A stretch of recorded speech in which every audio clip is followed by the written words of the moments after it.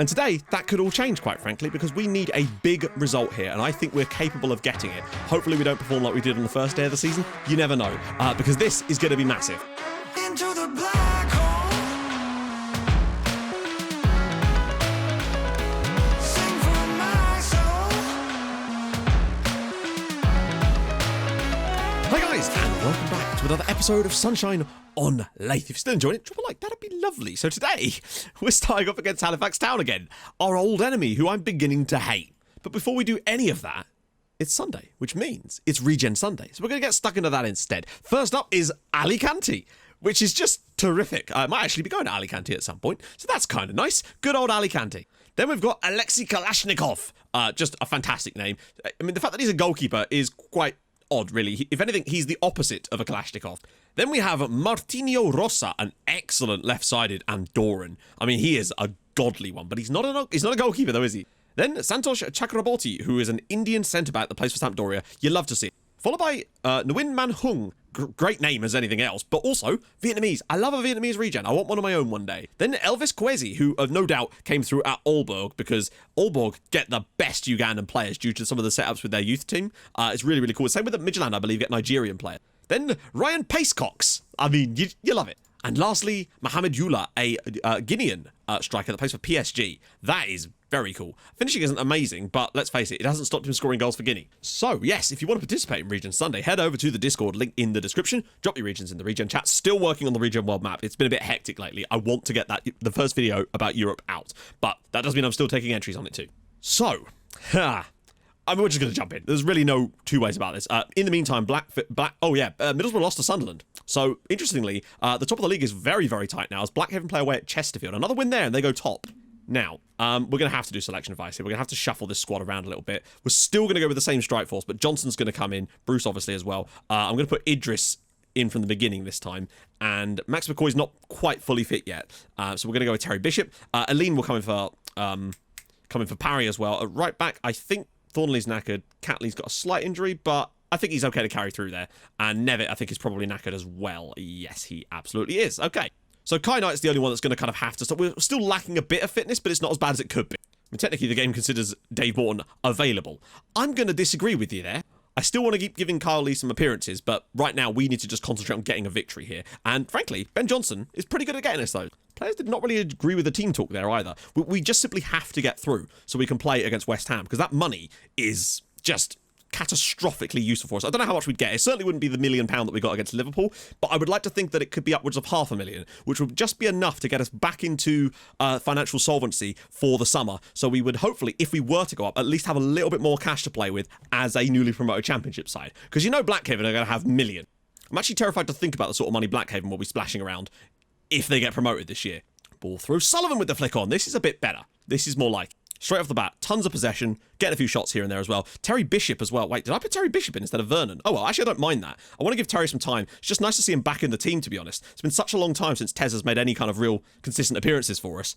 And he is a good player in a lot of areas.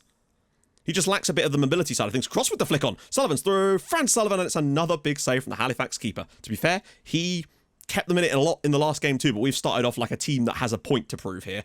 Sullivan whips it across. Aline, and it's hit the crossbar this time. And Cross... And, oh wow, Neil Cross absolutely leathers that one home. And to be fair, 15 minutes into this game, we have been absolutely hammering them. So this is what we needed in the away leg. Neil Cross now, 18th goal of the season. Nice to see. It gets a bit fortunate with the way... Actually, that's a good touch. One touch, bam. Very little backlift there. 18 goals for the season for Neil Cross. And now he's back. Neil Cross out wide. Can he turn provider for a bit? Oh, slips it through. Joe Bruce has to dink it for Sullivan. And there he is. Fran Sullivan sweeping it home. Joe Bruce, nice work there. But you can see Sully's starting to get himself into a bit more goal scoring now. 9th goal of the year for him. Not even Christmas. I mean, he could easily get to 20 this year. And that to me would be enough to make me go, yeah, this guy needs to sign for us in the summer if we can do. Nice little ball across. Simple little poked finish from Sully. He got in there. God, this is so much more relaxing than that last tie was. We're looking very good for the West Ham game now. Idris. We can still mess it up. Sullivan's header. Oh, he's so good. Oh, don't know what we're doing there. Oh, but we've got the ball back very fortuitously as Joe Bruce gets it. Go on, have a little sun. Oh, okay. Well, I don't know how that's come about, but Neil Cross has grabbed himself a second of the night, a third for us, and Joe Bruce will grab his second assist of the night. He's certainly stepped up tonight. Maybe someone listened to my ranting after the game. Does really well to intercept it here. I thought Brucey's just going to go through. There's lovely decoy runs, but I think a tackle comes in. No? And Neil Cross, I don't know how he manages to sell them 2 dummies there, sends 2 of them on their asses nearly. It's 3-0. That's a bit more like it, friends. That's what we needed. Sullivan's ball in now, and Kai Knight heads it over the crossbar. Wow. Obviously don't want to give them a goal back or anything, but this is good work. Sullivan goes past 1. Doesn't go past 2, interestingly. Bishop. Now away for Bruce. Can he get a hat-trick of assists tonight? But to Cross! Oh, and he nearly did. Well, I mean, hey, comfy as you like, really. Where was this in the last game, eh? To give people a bit of fitness back, we're going to get Kyle Lee in again, but also Max McCoy, because I do want to give him just give him 45 minutes, just get him a bit more match sharpness back. Here we go. Catley to pop another one in. Who's on the end of it? Nobody, actually. Aline might not even get this. Okay. There's a lot of players surging forward for Halifax here. We've got to make the right tackle. That was, got drawn a bit in there. Might still get the block away, actually. Doesn't matter because Griggs is there. Big man Grigg. I can't think of a time he's made a mistake this season. Maybe the odd one here or there, but nothing major. He strikes me as one of those players that will have on loan for a couple of seasons potentially, and then try to make a permanent signing of him, because I think he could be the keeper for Whitport for a long time. And that looks like it's going to do it.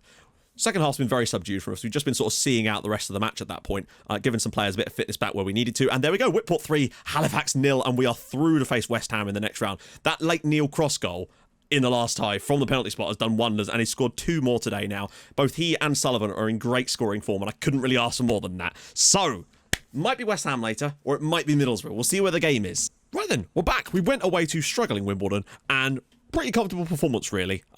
Loads of chances created. Crossy gave us the lead from the penalty spot. But what I would say is Griggs made an unbelievable stop just before this. But luckily, ball was whipped in. Sullivan drops it off. Crossy sets himself. Bam. Top corner. 2 more goals for Cross. He has been sensational in this off-camera period. And it was a very similar story at home against another struggling side in Accrington Stanley. This time Thornley getting the ball in. There at the back post is Michael Lee. In off the post for him. Nice stuff. Filling of Dave Morton still, which was good. And then just after half-time, Neil Cross, we won another penalty. Crossy dispatches it for yet another goal. We did get a red card, though, later in this game for Michael Lee, which was frustrating. But we won anyway.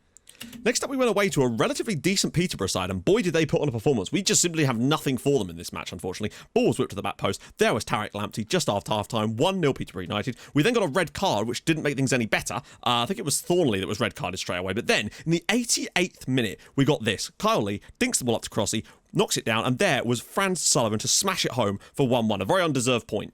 And the next game was almost the opposite. We went away to a very good upcoming Sunderland side. They made a mistake from an indirect free kick, and Crossy was able to give us the lead. But unfortunately, it did not last, as in the 72nd minute, they managed to grab one of their own from a very similar situation, headed back across, defender doesn't clear it, Idris just stood there instead, 1-1. Sunderland are definitely on the up at the moment and are looking to make a big push for the playoffs. So with all of that, it leaves us 3rd in the division, 3 points off of the automatics, as Middlesbrough and Blackhaven. Blackhaven have won a lot of games in a row now.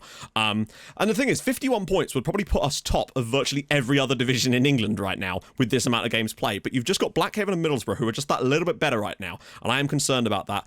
We're just conceding a few more goals than them. That's really all the difference that there is between us. We're scoring the same amount, but we're just conceding a few more. We're still right in there. And those 2 draws, just not quite. Still, we've got miles clear of the teams below us, which is the main thing. And as you can see, Sunderland starting to really pull up trees in that position. We've had a few rough games lately. So we had Peterborough away, we had Sunderland away. Today we played Middlesbrough, and after that we got Notts County. So it's a tough spell of fixtures for us. But we were able to beat Sheffield Wednesday and Mansfield when we played them too. So I do think that at some point it's going to even out a little bit again. Youth Intake Preview was garbage. Really nothing to say about it. We'll obviously see it at the end of the year, but I don't expect much. And I signed Neil Cross up to yet another new contract. It has put his wage up to £3,000 a week, but it's boosted those release clauses a bit more. So now it's up to £7 million. And today, that could all change, quite frankly, because we need a big result here, and I think we're capable of getting it. Hopefully we don't perform like we did on the first day of the season. You never know, because this is going to be massive. We beat Middlesbrough at Castle Park, and we could get very, very close to them again. It could allow Blackhaven to start to scarper away, though, so we've got to be careful. Unfortunately, few potential injury doubts. So we'll do a selection advice for once, shuffle things around a little bit. Morton, he is back, but he's struggling at the moment just to get his fitness back. Cross, it's just, we've had a lot of matches again, and I know we've got squad depth, but we really just need our best foot forward in a lot of these games. Richardson or Idris? Idris had a slight knock, I believe, yes. Richardson or... I'm going to give John Richardson the chance. I think he deserves... Oh, that's the wrong button. I think... maybe I've been too harsh on him, perhaps. So I think we're going to go with Richardson and McCoy for today. Lee, Catley, McNaught. But we'll make sure we've got Kylie on the bench just in case. Because I do think his play is more similar to Idris, despite lacking the defensive attributes. And also got to make sure Joe Bruce is available. Bit worried that we're going to enter a slightly downward period. But that would be, respectable. Because we had gone 15 league games unbeaten. So to have a slight... And we, to be fair, haven't even lost. We just drew the last couple of games. And I think a defeat is on the cards here. But if we don't lose... That to me is a big statement. The best thing we've got in our favour right now is that Sullivan and Cross are in ridiculous form as a pairing. And at the very least, we are at home. We've got a big chance to make a statement to the league here about our chances, because I don't want to start getting cut adrift, because if we lose today to Middlesbrough and Blackhaven win against Doncaster, which we know they have a habit of not, then we could find ourselves starting to get cut adrift from the top two.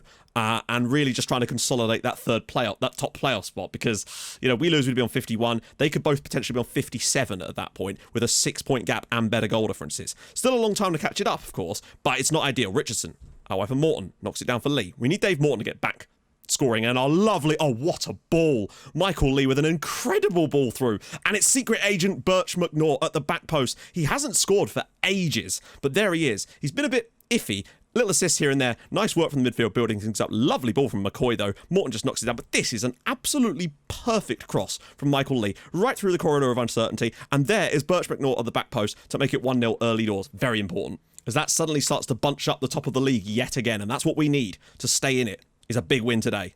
And a big performance to go with it. And so far, oh God, Lambert, great chance, and a simple save for Griggs. Look at that ball again. Dave Morton. That ball seems to be on.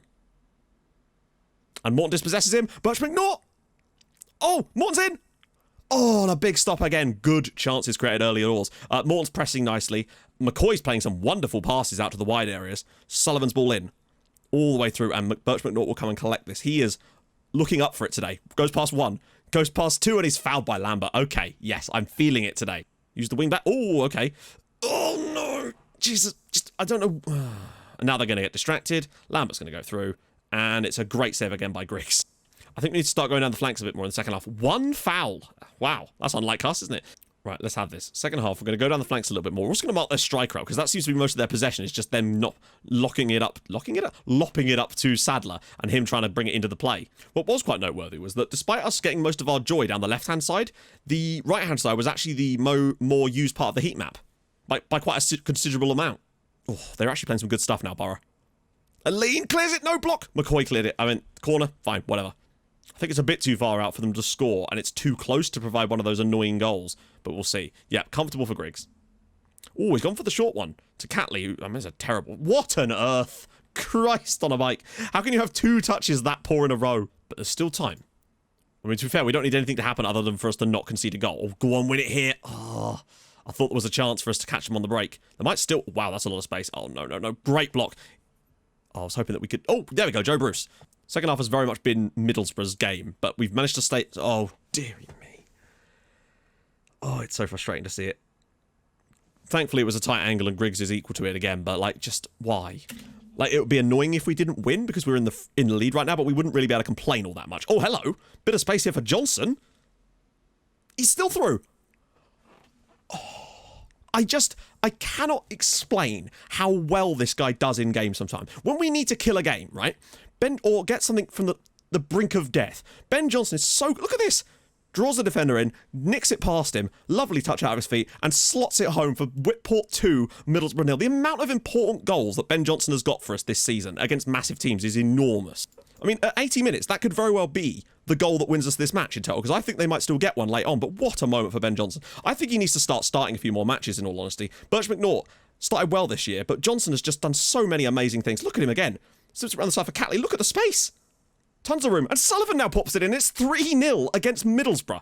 I mean, since Ben Johnson's come onto the pitch, we've just looked like a different side all of a sudden. Another goal for Sully, up to 11 for the year again, but he drives at people, he takes them on. They don't know how to handle it. It's a lovely ball as well for Catley.